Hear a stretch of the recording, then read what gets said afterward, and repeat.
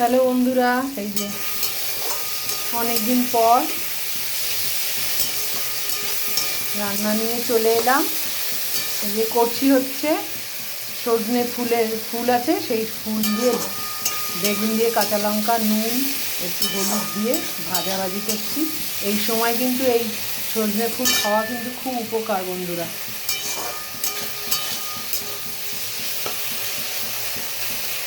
তাই